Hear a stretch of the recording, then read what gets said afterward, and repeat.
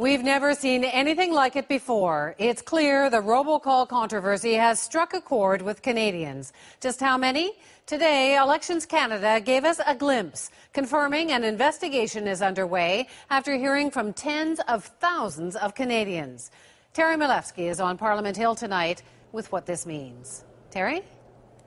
Well, Wendy, the news that 31,000 Canadians have taken their stories to Elections Canada gives the opposition something it cannot do on its own, a full investigation with the power of subpoena. It also undermines the Conservatives' claim that all of this is just a smear campaign.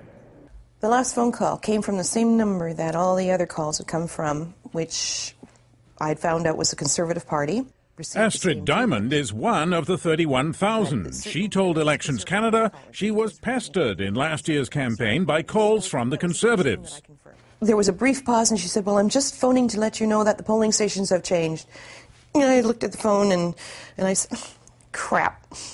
I said, "No, they haven't," and hung up on her. The evidence is mounting that the 41st general election may have been hijacked by the most comprehensive electoral fraud in our nation's history.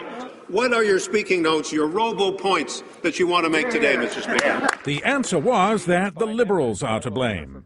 Those callers called on behalf of the Liberal Party and Liberal candidates. Isn't it plausible to this member that those are the source of the calls that they are complaining about? But Elections Canada began looking at Conservative calls and is now expanding that into a nationwide investigation.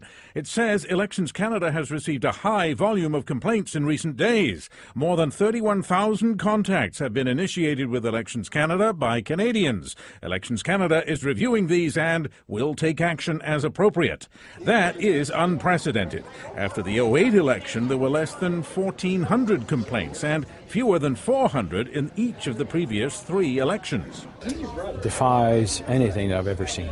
The former chief electoral officer says the probe may take a while, but that the story will not die. But we will not forget. We Canadians will want to know exactly what happened and who did it. We will not rest because our democracy is at stake here. We will not rest until we know.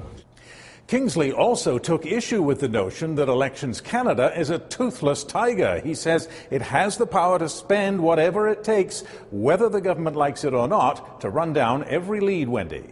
So, Terry, what will Elections Canada do with these leads? Does it take people to court?